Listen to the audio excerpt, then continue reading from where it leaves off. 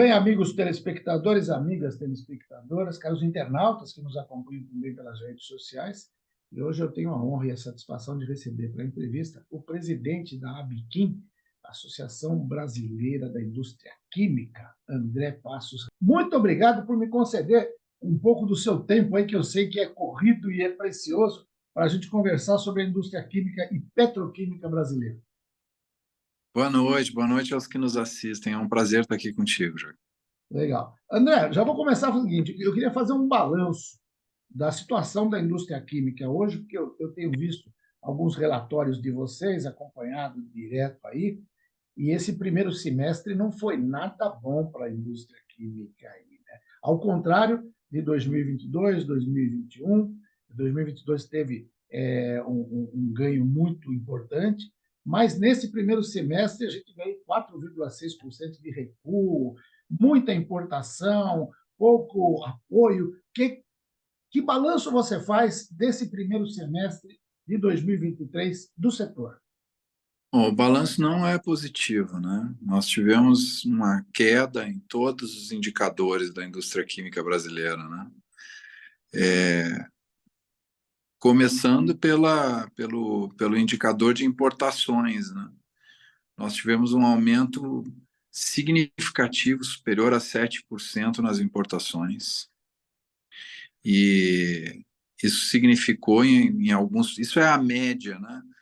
Em alguns produtos muito importantes da indústria, a gente teve um crescimento de importações em volume de 30%, 40%, 50%, em alguns produtos até de 150%, né? Em produtos como óxido de propileno, por exemplo, que serve para fazer poliol, que depois vai servir para fazer poliuretano, né? Entre outros produtos, a gente teve aumentos de até 700% nas importações. Então, assim, teve um aumento significativo em vários produtos químicos importantíssimos, né? Em resinas termoplásticas, aumentos superiores a 25%.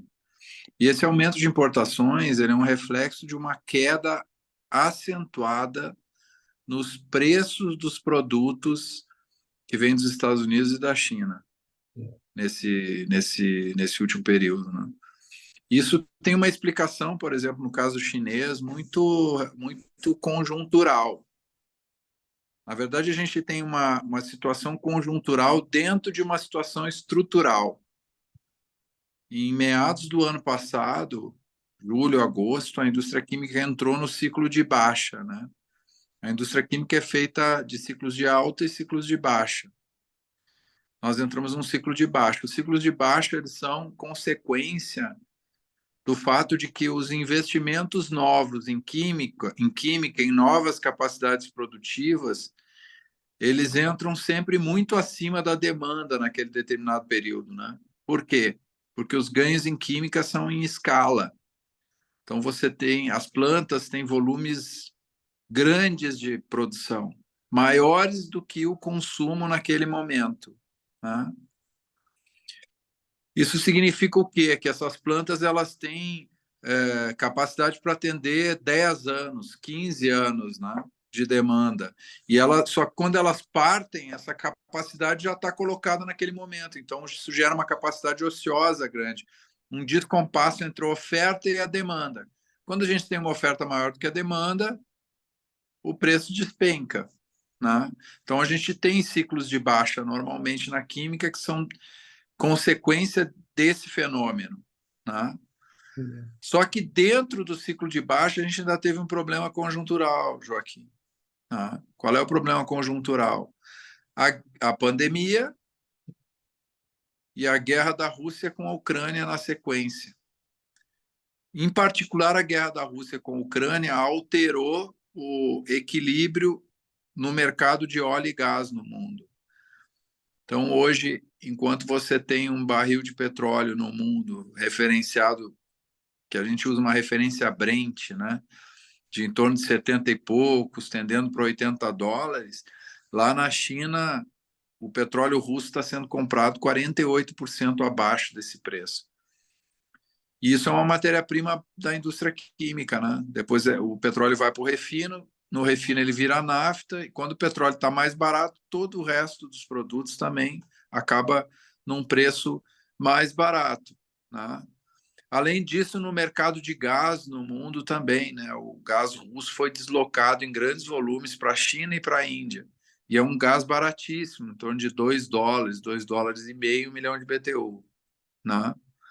Então, a China está recebendo volumes cada vez maiores de gás russo com esse preço mais baixo, né? Pelo gasoduto ali da Sibéria, né? O Transiberiano que eles construíram, né? E volumes que antes, inclusive, iam para a Europa, ou iriam para a Europa, né? Pelo gasoduto Nord Stream 2, né? Em função da guerra, tudo isso se alterou. Por que o preço do petróleo russo está mais barato para a China? Porque o Ocidente impôs sanções. E uma das sanções foi teto de preço para o petróleo russo, né? Então, isso alterou. O que está acontecendo? O produto chinês está vindo para o Brasil muito mais barato, né? Só que é uma situação assim em que uma região do globo se aproveita de uma situação, enfim, de agressão humanitária para praticar preços e ganhar mercado, né? Correto. E isso se soma, pelo que eu modo de entender, assim, desculpa te interromper, mas assim, você estava falando, eu estava pensando na Zona Franca de Manaus, né? Se soma com Ah. essa concorrência que acaba sendo até desleal, né? O que ocorre na Zona Franca de Manaus é que a gente tem duas classes de situação, né? A primeira classe de situação é aquele cara que cumpre todos os requisitos da Zona Franca, ele tem incentivos para estar lá. Eu não vou entrar no juízo de se os incentivos são demasiadamente fortes ou se são equilibrados, né? Não nos cabe dizer isso. Existem outras regiões do país que também têm incentivos, né? Aqueles que cumprem os requisitos dos incentivos legais, esses não há muito o que fazer, né? A não ser fazer uma discussão econômica de se o país realmente tem que pagar por isso ou não, né? A Constituição Federal já definiu que sim, pelo menos até 2050, né, Joaquim? Com relação àqueles que respeitam as regras do jogo na Zona Franca, não há muito o que fazer. Agora, com relação a não ser abrir a discussão e, eventualmente, rediscutir o modelo, né, de Mas tem os que desenvolvimento não regional. respeitam, né? Que pegam só o produto, O mandam problema é a segunda classe de atividades lá, que são aqueles que não respeitam, né? Que simplesmente importam um produto in natura e revendem esse mesmo produto no mercado nacional dizendo que transformaram, quer dizer, ok? eles acabam virando um polo petroquímico sem ter, né, nenhum equipamento Sem necessário. ter transformação. Então, importa dos Estados Unidos, importa do Oriente, importa da China, o produto virgem, não transforma ou faz uma pequena agregação de valor, muito pequena, e revende no mercado brasileiro. Isso aí não é a regra do jogo, né? A ideia é que a Zona Franca agregue etapas produtivas, né? Então, esse é o ponto que a gente está chamando a atenção agora, para que se corrija e se impeça esse tipo de operação na Zona Franca de Manaus, que depõe, inclusive, contra a Zona Franca de Manaus, contra aqueles que trabalham corretamente lá na Zona Franca, né? Eu Isso estava está vendo. possibilitando nos nossos cálculos a entrada de um volume grande, especialmente resinas termoplásticas, viu, Joaquim? Usando esse subterfúgio. Então, isso tem que parar, né? Porque não é bom para o país. Não é bom para o país, certo? Não é bom para ninguém. Falando sobre o que é bom para o país, há poucos dias o presidente da República em exercício, Geraldo Alckmin, assinou aquele decreto. Vocês vinham brigando havia já muito tempo, Regime né, especial. o regime especial, o REIQ, né? E vocês emitiram uma nota oficial alertando, porém, que esse é apenas o primeiro passo. Tem muito mais Sim. a ser feito. Quais são os próximos passos que precisam ser dados aí, André? Primeiro, o decreto ele aguarda um ato conjunto interministerial, né? Certo? Ele aguarda um ato conjunto interministerial para começar a rodar, né? A exigência de um termo de compromisso das empresas com uma série de contrapartidas e e esse termo de compromisso precisa ser definido num ato conjunto, né? Ou não, né? Isso é uma avaliação que o governo está fazendo nesse exato momento. Então, para rodar, precisa ter uma definição quanto a isso, né, Joaquim? A gente está aguardando e a gente tem um compromisso do vice-presidente de que isso será feito rapidamente. Então, o primeiro passo foi a assinatura do decreto e o segundo passo é resolver essa questão formal, digamos assim, né? Há um ganho, há um ganho, há um ganho adjacente ao decreto, uma novidade que o decreto prevê também uma desoneração, né? Uma desoneração não, um estímulo, melhor dizendo, para quem investir, né? Então, aquele empresário químico que fizer um investimento em ampliação de capacidade, né? Inclusive em fertilizantes produzidos a partir de gás, né? Certo? Ele poderá usufruir de uma redução de PIS/COFINS para cobrir esse investimento, né? Então, isso é um alento para uma indústria que não investe já há algum tempo, porque, e aí é um outro passo que a gente chama, né, atenção, né, um segundo passo, uma indústria que não investe há algum tempo porque não tem acesso à matéria-prima a preço competitivo, né? Primeiro, não tem acesso à própria matéria-prima. Hoje, no mundo, Joaquim, a indústria química ela produz mais a partir do gás natural, né, do metano, do etano, do propano, do butano, né, derivados do gás natural, do que da nafta. 50% da produção petroquímica no mundo é a partir das frações do gás natural, né? Etano, propano, butano. No Brasil, e 38% nafta. No Brasil, 74% é nafta petroquímica. Para você produzir uma tonelada de eteno a partir da nafta petroquímica, eteno que é o principal produto básico, químico básico, né? Você gasta em torno de $1.360. Para produzir a partir do gás, são $375, mais ou menos. Só para você ter uma ideia da diferença. Quer dizer, falta uma política pública de incentivo para que se Falta invista. uma política pública que garanta a oferta de um gás que já existe no nosso país, no pré-sal hoje, certo? Especialmente ali na Bacia de Campos, em Atapu, Sépia, Pão de Açúcar, né, que são campos, também mais para baixo, ali em Bacalhau, né? São nomes de campos de exploração de óleo e gás, né? Então, falta uma política que traga esse gás do meio do mar para a costa E e que faça o respeite muito mais o processamento meio dele ambiente, aqui. né? A sustentabilidade do que a nafta. Né? O gás emite menos gás de efeito estufa, 30% um terço a menos do que a produção a partir da nafta. Embora a petroquímica brasileira tenha feito um grande esforço para capturar os gases de efeito estufa produzidos no processo industrial que utiliza, inclusive, nafta petroquímica, né?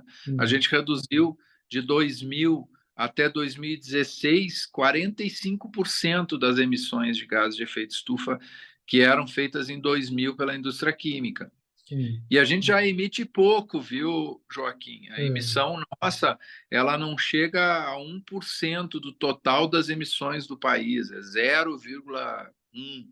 Né? E sem contar Então, outros investimentos pesados também, por exemplo, essa questão do carbono, que vocês têm um compromisso aí 2030, 2050, né? de neutralidade de carbono, né? Então a gente tem feito vários investimentos em eletrificação de processo produtivo, em captura de carbono, né? Uma das nossas empresas fez um grande investimento, capturou 20%, captura todo ano 20% de todas as emissões da indústria química brasileira, né? Só que isso é caro, é um investimento caro, não é barato, né, Joaquim? É um investimento pesado. E a gente não consegue levar isso para o preço, porque a gente está competindo com produto chinês e americano que vem com uma pegada de carbono maior e com um preço menor porque tem uma pegada de carbono maior, né? Então, então a gente não consegue, enfim, transformar em valor esses investimentos em redução de emissões para mitigar efeito ambiental. E os caras continuam gerando do mesmo jeito. Para você ter uma ideia, a gente emite até 35% menos de gases de efeito estufa em vários produtos nossos do que a Europa, e até 51% a menos do que o resto do mundo. Isso foi um estudo feito pela consultoria Way Carbon, que é respeitadíssima aqui no tema de carbono, né? De emissões de carbono, né? De emissões de gases de efeito estufa, de neutralidade de carbono. Então, assim, a gente é a química mais sustentável do planeta, Sim. né? Em processo e no tipo de energia que a gente consome, que é mais renovável. Só que a gente está competindo, né? É assim, é o Ibis competindo contra o time do Santos, do Pelé, Pelé e né? Coutinho. Assim, é desigual, né? É verdade. Certo? É É verdade. Então, desigual. deixa eu puxar um pouco a conversa aqui. Você sabe que eu estou aqui em Santo André, né? É óbvio que pelas redes sociais a gente fala para o mundo, mas a gente tem o nosso público mais direcionado aqui para o ABCD e a gente está praticamente na divisa de Santo André com Mauá, onde está o polo petroquímico de Hoje Capital. estava com a nossa deputada Ana Carolina aí, que também Olha, é da Santo nossa André, frente parlamentar. primeira-dama e deputada por Santo Primeira André. dama e deputada, né? Verdade. E olha, eu, inclusive, no ano passado, tive a honra até de ser convidado para ser o mestre de cerimônia da comemoração dos 50 anos do Polo Petroquímico. Eu até brincava, porque dos 50 eu acompanho pelo menos há 46, e a gente sabe a importância desse polo petroquímico, não É só. que você começou a acompanhar aos 6 anos, né, Joaquim? Entre Não, nós já aqui. estava bem, já estava no jornalismo já. Em 1976, ele foi fundado em 72, né? Sim, Mas a gente sabe da importância do polo petroquímico, não só para a região, principalmente para as duas cidades onde ele está instalado, Santo André e Maior, mas para todo o ABCD, para o estado de São Paulo e para o Brasil. Ele é o polo mais antigo. E a gente viu no ano passado, por exemplo, os prefeitos, você falou da Ana Carolina, o prefeito Paulo Serra de Santo André e o prefeito Marcelo Oliveira de Mauá assinaram decretos criando sim, uma sim. área e criando inclusive um comitê gestor, que há pouco tempo também soltou aí um relatório falando das medidas que já estão sendo tomadas, mas falta muita coisa para ser feita. Falta, por exemplo, o governo do estado reconhecer isso, assinar um decreto também regulamentando a área, A a cidade de prefeitura, São Paulo, né, a Joaquim? prefeitura da capital também. E eu sei que você teve, a gente está gravando hoje, dia 31 de agosto, são 19h40 aqui, e você esteve no Palácio dos Bandeirantes conversando. Esse assunto foi tocado lá também, foi conversado? Esse assunto tem sido conversado continuamente, né? Com o governo do Estado, nós conversamos com o secretário de Desenvolvimento, Jorge Lima, sobre esse tema, né? Levamos a ele a pauta e ele, inclusive, se prontificou a. Nós pedimos uma agenda com o prefeito de São Paulo. É preciso que os 3 municípios assinem para o governo do Estado também assinar, né? Então, nós combinamos de conversar com o prefeito da capital, já pedimos, já foi feita uma requisição. O deputado Luiz Fernando, inclusive, que é nosso coordenador da frente parlamentar E é de na São Leste, Bernardo também? e é de São Bernardo, junto com a deputada Ana Carolina, com o deputado Rômulo, que fazem parte da frente parlamentar, pediram uma audiência com o prefeito da capital para a Pedro gente Nunes. tratar desse tema. E o secretário Jorge se colocou à disposição também para ajudar nesse sentido. Então, nós já estamos trabalhando com o governo do estado também no sentido desse decreto, né? E o governo federal também está envolvido nessa agenda, né? É Sim, preciso definir aí para o nosso polo do ABC, né? Que o seu zoneamento, né? O seu limite até para a população se sentir absolutamente segura em relação a isso, né? é, Não é razoável a gente ter uma cidade invadindo um polo invadindo uma cidade, né, Joaquim? sim, verdade, É verdade. preciso estabelecer aí as fronteiras com clareza para que todo mundo tenha segurança jurídica, né? Segurança na sua vida, né? Verdade. E Certo? até para que a gente consiga manter esse polo que é responsável pela É, geração de empregos de qualidade, porque a indústria química tem emprego, uma mão de obra qualificada e tem um salário diferenciado em relação a outros setores, então ela paga muito bem, exatamente. né? Ela gera uma quantidade de empregos importantíssima e, além de tudo, receita para os municípios, né? Mauá e Santo André depende muito, a sua arrecadação depende muito, né, daquilo que o polo petroquímico produz e gera, né? É. E aí, Joaquim, a nossa preocupação, né? Porque as últimas medições econômicas que a gente fez apontam que, em função desse crescimento acentuado de importações, nós estamos vendo uma retração muito grande da produção industrial química. Em média, hoje, no final do primeiro semestre, nós estamos com 67% do uso de capacidade. Alguns setores estão perto de 50%. Né? O normal é 90%. Né? O economicamente aceitável é acima de 80%, entre 80% e 90%. Então, nós estamos com 67%. O pessoal está aguentando o tranco para não parar as plantas, né, Joaquim? A verdade é essa. Então, assim, o governo anterior apostou que reduzindo o imposto de importação, retirando o reiki, né, o que a gente veria era uma redução gigantesca de preço nos produtos petroquímicos no Brasil, produzidos aqui no Brasil. A aposta foi: a indústria química brasileira tem uma gordura aí. Né? A aposta, como a gente disse lá atrás, foi errada. O que aconteceu é que a gente tem um custo de produção muito mais elevado no Brasil e não houve retração de preço. O que houve foi uma tomada pelos produtos químicos de grande parte do mercado brasileiro, um surto de importações. Isso está impactando produção, empregos, renda, né? Para não falar em investimento, porque uma indústria que opera 67% da sua capacidade não investe, né?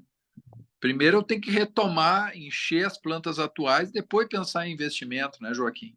E sem contar que é uma indústria da qual as outras indústrias dependem fundamentalmente para continuar produzindo, né? Exatamente. Veja, certo, né? Não é razoável e não é responsável você imaginar que vai depender da importação de químicos, né, Joaquim? A gente viu o que aconteceu na pandemia com a questão das vacinas, né? Não, não vamos ter capacidade produtiva de vacina no Brasil, vamos, né, não precisa incentivar essa indústria, vamos importar tudo, os princípios ativos dos medicamentos. A gente fabricava no Brasil, né? Até meados da década de 90, muitos princípios ativos. Hoje a gente não fabrica nenhum, né? Nenhum. Fabrica nem os das vacinas, né? A gente importou, certo? Tem que importar e Os pagar caro. laboratórios públicos, né, Joaquim, que restaram, que reagiram para produzir os IVAs no Brasil das vacinas, importando componentes e fazendo os IVAs aqui. Né? Então, a gente viu o risco que o país, e farmacêutico é químico, a gente viu o risco que o país corre, certo? Ao achar que importando 100% ou 50% que seja dos químicos vai conseguir, em momentos críticos, enfrentar. Os países, quando estiverem em momentos críticos, eles vão priorizar a demanda local, a deles. Os Estados Unidos vai atender primeiro o mercado deles, depois o resto do mundo. A China, a mesma coisa, né, em momentos críticos. Então, a gente está vendo em fertilizantes esse cenário também, né, Joaquim? O Brasil optou por não investir em fertilizantes, e olha o que aconteceu, o risco que a gente correu durante a guerra da Ucrânia, né? Quando teve interrupção, os preços explodiram, a competitividade do agronegócio brasileiro ficou comprometida, os caras priorizaram atender seus mercados locais, e assim foi. Então, a gente tem alertado isso, né? Que você disse, aqui, sem a química, não tem produção industrial à frente, Verdade. certo? Não tem como. E importar não é a solução, porque a gente cada vez mais vê no mundo o risco de corte das cadeias de suprimento. A gente precisa ter segurança na cadeia de suprimento. Né? Maravilha. Esse é o André, ponto. eu ficaria aqui mais umas 3 horas, porque você está dando uma aula aqui importantíssima. Eu acho que a gente vai ter que conversar mais outras vezes. Eu coloco à disposição, eu estou acompanhando direto, converso muito com o pessoal do setor. Mas eu queria, assim, se tiver algo que você queira falar que eu não perguntei, fique à vontade. Não, Joaquim, você perguntou tudo, porque entende muito do tema também, né? Então, acho que a gente cobriu uma boa parte das questões, né? Eu falei, só para concluir, que a gente tem um problema estrutural, né? Falei do problema estrutural aí. A indústria química brasileira precisa transitar para uma matriz de insumos mais equilibrada, né? E a gente está preso, porque não tem oferta de gás no Brasil, segurança de oferta de gás no Brasil, né? Não tem. A gente precisa ter perspectiva do volume de gás no Brasil que a gente vai ter daqui para frente e precisa saber dos preços que vão ser postos também, né? Para fazer essa transição para uma matriz mais equilibrada entre gás e nafta, para abrir um espaço para os renováveis no Brasil. O Brasil tem uma condição fantástica para evoluir em óleos vegetais, em etanol, em produtos processados, em biomassa processada em biorefinaria, tá? Mas esses produtos têm um custo mais alto de produção. O que banca o custo mais alto de produção deles são os produtos que são feitos das fontes tradicionais, especialmente do gás, que tem um custo mais baixo. Então, a gente precisa utilizar esse produto para gerar resultado para as empresas, para, num mix de produtos, incluir os renováveis, ou seja, a produção feita de químicos com gás vai financiar a produção de renováveis. É como se a gente tivesse dois produtos, né, Joaquim? Vamos supor que tenhamos dois produtos. Um eu vendo a 100 pelo custo de produção mais alto e outro eu vendo a 50 pelo custo de produção mais baixo. É o mesmo produto, certo? Vamos supor uma pizza, né, de calabresa e uma pizza de marguerita, certo? Uma custa 100, a outra custa 50, mas eu decidi vender ambas por 75. O meu resultado no final vai ser o mesmo. Sim. Mas eu tive um produto que transferiu um ganho para o outro, né? Então, o meu mix ele vai sustentar um preço bom no final com a entrada de produtos que são feitos com custos mais altos. Compreende? Então, para a gente fazer a transição para uma matriz mais sustentável, eu preciso rentabilizar a planta e, para isso, eu preciso do gás natural, né? Aí eu vou ter uma retomada de investimento, vou pensar em projeto sustentável, com fonte renovável de matéria-prima, né? Essa é a solução que a gente precisa procurar. O REIQ, medidas de defesa comercial, tudo isso é subterfúgio para enfrentar essa situação estrutural complicada, E aí certo? volta para o ciclo de alta. Que você falou Exato, e que aí eu ciclo de vou para o baixa. ciclo de alta, exatamente, né? Então eu preciso chegar no ciclo de alta com isto resolvido, certo? A gente precisa chegar lá com esse tema resolvido, para aproveitar o ciclo de alta para investimento, entendeu, Joaquim? Esse é o ponto. E a gente vai ter pelo menos mais uns 2 anos na baixa aí, né? É o que o pessoal está dizendo no mercado. Então eu preciso passar por isso. A gente precisa entender isso, né? E, enfim, é a nossa defesa, é a nossa luta agora, Joaquim. Te agradeço aí, né? Joia. Legal. A gente vai falar mais vezes. André, muito obrigado. Até uma próxima entrevista. Eu que agradeço, Joaquim. Até a próxima, hein? Um bom fim de semana. Obrigado, igualmente.